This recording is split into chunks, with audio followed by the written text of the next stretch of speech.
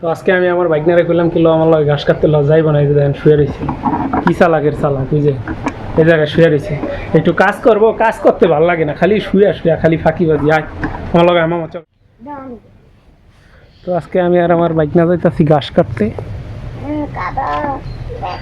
একটা দুইটা তিনটা ধরে নিতেও, তিনটা দিয়ে ঘাস। বরিশালে কোনো কেদা নাই, আমাকে এনে তো কেদা আছে।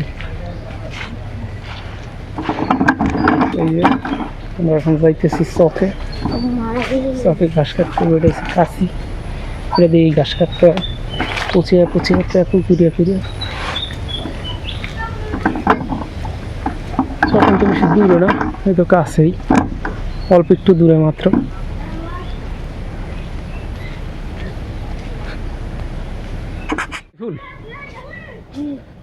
তুমি ঘাসের পূজা নিতে পারবো না মামা? তুমি তো ফাঁকি দাও, ঠিক না? কাজে ফাঁকি। তোমার পড়াশোনা কেমন চলতেছে মামা? ভালো চলে, কোনো ফাঁকি জাকিতে নাই? কি এর তোমার আবার চিন্তা কি এর?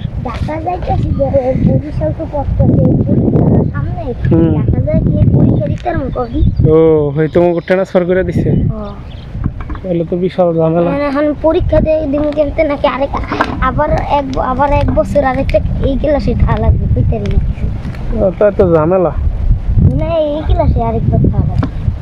এই ক্লাসে না, আশা করি এটা সিস্টেম হইবে না। এই পরীক্ষাটা দিয়ে দেখা যাইতে পারি। এই যে এটা হচ্ছে আমাদের দল ক্ষেত, আর ওই পাশ দিয়ে একটু ছোট ছোট আর এই পাশ দিয়ে একটু বড় হয়েছে। তো এখন আমরা এটা থেকে কিন্তু দল কাটবো, ঠিক আছে? এটা থেকে দল ঘাস কাটবো ওই আরো সামন দিয়া। এই কি চকে আইতে না আইতে গুড়ি বৃষ্টি পড়া শুরু করছে। এটা কি হইলো? এটা কি মানানসই? হায় হায় বাবা যায়, বৃষ্টি আইলে তুমি যাও না?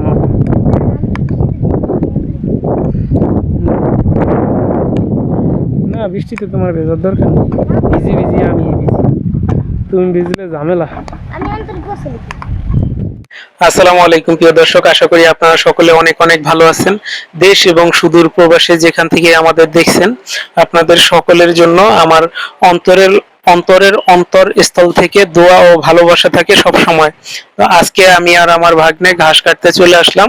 তো যখনই ঘাস কাটতে আসছি তখনই গুড়ি বৃষ্টি নামা শুরু হয়েছে, মানে অনেকটা বৃষ্টি নামে নাই আর কি, অল্পই, কিন্তু গুড়ি বৃষ্টি, যার কারণে ঘাস কাটতে অনেক সমস্যা। আর আপনারা দেখতেছেন যে বৃষ্টির ফোটার কারণে ক্যামেরার লেন্সের উপরে যে পানিটা পড়ছে, আস্তে আস্তে যে ক্যামেরা হিট হওয়ার কারণে পানিটা শুকিয়ে নিয়ে যাইতেছে। কিন্তু এই যেই লেন্স আছে, লেন্সের উপরে পানি পড়ার কারণে একটা আবরণ তৈরি হয়েছে, যার কারণে ক্যামেরাটা অনেক ঘোলা। এমনিতেও এটা একটা নর্মাল ক্যামেরা, তারপরে যতটুকু দেখা গেছিল ভালোই, এখন আবার একটু ঘোলা বেশি। তবে আজকে ঘাস কাটতেছি, আজকে ঘাস কাটার একটা কারণ আছে, সেটা আমার আব্বা আজকে ঘাস কাটতে পারে নাই, সে তার অন্য কাজ করছে, যে পাট আছে মেস্তা আছে এইগুলি নিছে, আর আমাকে বলছিল ঘাস কাটতে। তো এই কাজটা যদি আমাকে আরো সকালে বলতো তাহলে আমার জন্য ভালো হতো। এখন আমি ইদানিং অনেকদিন যাবতই আর ঘাস কাটি না, তারপর বাড়িতে যে কাজগুলি আছে, খামারে যে কাজগুলি আছে এইগুলি করি না, অনেকটা এই কাজ থেকে বিচ্ছিন্ন হয়ে আছি। তবে চেষ্টা করতেছি যে আবারও ভালোভাবে এই কাজটা শুরু করার, যাতে করে আমি আমার লাইফের যে মূল লক্ষ্য, এই লক্ষ্য পূরণ করতে পারি।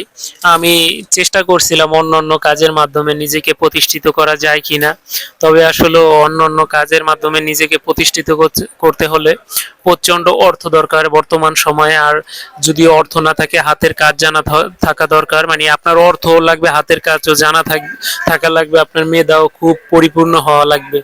তবে আমার যেহেতু অর্থ নাই আর কোনো একটা কাজও জানা নাই, তবে এই জন্য আমি আবারও সেই কৃষি লাইনটা কি বেছে নিব।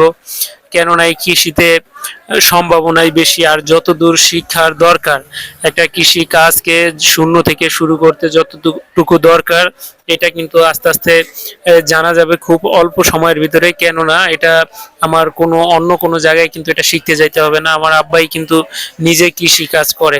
যেহেতু আমার আব্বা নিজে কৃষি কাজ করে, এজন্য আমার এই কাজটা শিখতে বা এই কাজটা সম্পূর্ণ আইডিয়া নিতে খুবই কম সময় লাগবে, যাতে করে এই কাজটা আমি শিখতে পারি, আমার নিজের লাইফে আমি ভালো কিছু করতে পারি। এজন্য আমি প্রচন্ডভাবে এখন থেকে চেষ্টা করব। অনেক ভাই বোনদেরকে কিন্তু দেখেছি যে তারা কৃষি কাজ করে সফল। শুধু যে ছেলেরাই যে সফল হয়েছে কৃষি কাজ করে এমনটা না, অনেক নারী উদ্যোক্তা বোনেরাও কিন্তু এই কৃষি কাজ করে, গরু লালন পালন করে, খামার করে, হাঁস মুরগি লালন পালন করে কিন্তু অনেকেই আজকে সফল। তবে আমার গল্পটা সেম অন্যরকম, একটু উল্টো। বর্তমানে যদি সফলতা বলতে যাই তাহলে কিন্তু ওইরকম ভাবে কিছুই করতে পারি নাই। আমি যতদূর পারছি আমার নিজেকে মানে বিলাসিতায় দিন কাটাইছি, তো এখন এই জন্য আমার এই অবস্থা। তবে এই কৃষি কাজে যখনই আসি তখন এই যে দেখতেছেন আপনারা, এই যে গোবর, এই গোবরগুলি আমার কাছে একবারে মানে ঘৃণা লাগে। তবে এই ঘৃণা নয়, এইগুলি যতই এখন খারাপ লাগুক বা মন্দ লাগুক, এটা কিন্তু এই যে গোবরটা, এটা দেখা যায় এখন এরকম। আর কিছুদিন পরে এটা সার হবে, সার হলে তখন কিন্তু সমস্ত কৃষি জমিতে এই গোবরটা কিন্তু ব্যবহার করা যাবে। এটাও কিন্তু টাকা, এটাকে আমি টাকা বলতে পারি।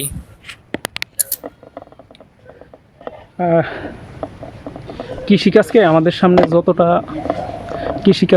সামনে যতটা সহজ ভাইবা তুলছে, আসলে কৃষিকাজটা অতটা সহজ না, আবার এতটা কঠিনও না। আমি প্রতিনিয়ত আগে দোকানদারি করতাম, তো মাঝে চিন্তা ভাবনা করছিলাম যে আমি গরুর খামারের সাথে যুক্ত হব। তো এই জন্য কিছু পদক্ষেপও নিয়েছিলাম, তো পদক্ষেপ নেওয়ার পরে ওইভাবে আগাইতে পারিনি। তো সর্বশেষ চেষ্টা করতে করতে একটা বাছুর কিনি, আব্বার সাথে যৌথভাবে একটা বাছুর কিনি। তো এই বাছুরটা কেনার পরে তো কিনছি, বেশি দিন হয় নাই, তো আব্বার সাথে একটু যুক্ত হলাম। তো যেহেতু কৃষিকাজ তো আমাদের করাই লাগবে, আর আমি তো দেখা যাইতেছে এত পরিশ্রম করতে পারি না। সর্বশেষ কিছুদিন আগেও চেষ্টা করছিলাম যে একটু পরিশ্রমের কাজ করব, কিন্তু এখন তো দেখা যাইতেছে আমার দ্বারা মনে হয় সম্ভব না যে আমি এত পরিমাণ যে এই পরিশ্রমের কাজটা পারি না। তবে এখন থেকে না, এটা বললে আসলে ভুল। অনেক আগে থেকে আমি চিন্তা ভাবনা করছিলাম যে শিডিউল হিসাবে কাজ করব। তো 3টার পর দোকানে যাব, 4টার দিকে দোকানে যাব, সকালে কৃষি কাজ করব। তো এইটা আসলে যে বিকাশের এজেন্ট যারা ব্যবহার করে না, এদের জন্য অনেকটা প্যারাদায়ক। কেন আমি প্যারাদায়ক বললাম সেটাও আমি বইলা দিতেছি।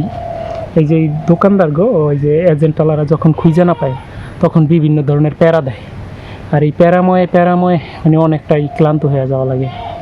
ওরা আমার অনেক দিন দেখে নাই, বিভিন্ন ধরনের ফোন, তারপর খোঁজখবর নেওয়া শুরু করে। আসলে এই জন্য তো আমার এই সকালের কাজগুলি মিস করে দেওয়া লাগে মাঝে সাঝে। তো এখন আবার চিন্তা ভাবনা করতেছি যে আবার ওই কাজে যুক্ত হব। যতটুকু ঢিলামি দিছিলাম, এখন আর ওই ঢিলামিটুকু দেবো না। তো পুরোপুরি ফোর্স নিয়ে এখন আবার কাজ শুরু করব। ইনশাল্লাহ ভালো কিছুই করা যাবে যদি লাইগা থাকি। কথায় আছে না, লাইগা থাকলে 4টা ডাইল ভাত খাওয়া যায়। আর এই কৃষিকাজটা আমার কাছে অনেক পরিশ্রম হইলেও সফলতা বেশি একটা খারাপ না, সফলতা ভালোই। তো আমি কৃষিকাজের পাশাপাশি অন্য কাজ করি। তো যেই কাজগুলি করি, আমার দোকান আছে, তো আমি দোকানটাও দেখাবো আপনাদের পরবর্তী কোনো ভিডিওতে। তো এই দোকানটা করি না, দোকানটার ওরকমভাবে মাল সামানা তুলি নাই। তো এখন চিন্তা ভাবনা করছি যে আজকে শরীয়তপুরে যাব, শরীয়তপুরে গিয়ে একটা বাইক কিনবো কম দামি, 40-45 হাজার টাকার ভিতরে, আর বা 17-18 হাজার টাকার ভিতরে, এই দুইটার ভিতরে একটা বাইক কিনবো। 17,000-18 হাজার টাকার একটা বাইক দেখছি, তো দাম ঠিক করে দিছে 18,000। তো ওই বাইকটারে আজকে দেখবো চালায়া যে কীরকম। এটা না হলে একটা প্লাটিনা বাইক কিনবো, যদিও টাকা বেশি লাগুক, কিছু করার নেই। আর সমূলে আরও গ্যাস উঠাবো। তো প্রায় বাইকটার দাম হবে প্রায় 45 হাজার টাকার মতো, আর গ্যাস উঠাবো প্রায় এখন 30টা সিলিন্ডার আছে, তো 30টার পুরো প্রায় 50টা গ্যাস উঠাবো। এই মোটমাট 1 লাখ 1.5 লাখ টাকার একটা বিজনেস যদি নিয়ে না চলি, 2 লাখ 2.5 লাখ টাকার, তাইলে কিন্তু ব্যবসাটা আমার ওইদিকে গ্রো করবে না, আর এই কৃষিকাজটাও কিন্তু আমার পুরো মুক্তব্যয় পড়ে যাবে। আবার এইদিকে আবার আর্থিকভাবে কিছু একটা টানাপোড়েন চলবে কিছুদিন পরেই, যে আর্থিকভাবে যেই কাজটা এটা করতে হবে। তো এই জন্য যেই কাজগুলি আমাকে করতে হবে সেটা শুরু করে দিতে হবে অলরেডি। আর ঝিমানো যাবে না, ঝিমানোর আর সময় নাই। ঝিমাইতে জীবনে অনেক বেলা পার করছি। এখন চাইবো যে ওই কাজটাকে সম্পূর্ণভাবে করার, আর ভালোভাবে করার। আর আপনারা যারা আমার ভিডিও দেখেন, ভিডিওতে অবশ্যই একটু লাইক করে দিবেন, আর যদি ভালো না লাগে অবশ্যই ডিসলাইকের অপশন দেওয়া আছে, ডিসলাইক করে দিবেন। আর কিছু বিষয় যে আমার এই চ্যানেলটা কিন্তু নতুন, ঠিক আছে ভাই, আপনারা যদি একটু সাবস্ক্রাইব করে দেন তাহলে আমার জন্য ভালো হয়। আর আমি যেহেতু আমার খামারের ভিডিও দিই, এটা আমাদের যৌথ ফ্যামিলি, তো আমাদের এই খামারের ভিডিওটা যদি কারো কাছে ভালো লাগে, এই কৃষিকাজ যদি কেউ ভালোবাসেন, তাহলে অবশ্যই চ্যানেলটাকে একটু সাবস্ক্রাইব করে দিবেন। আজকের মতো বিদায় নিচ্ছি, দেখা হবে নতুন কোনো ভিডিওতে। আল্লাহ হাফিজ।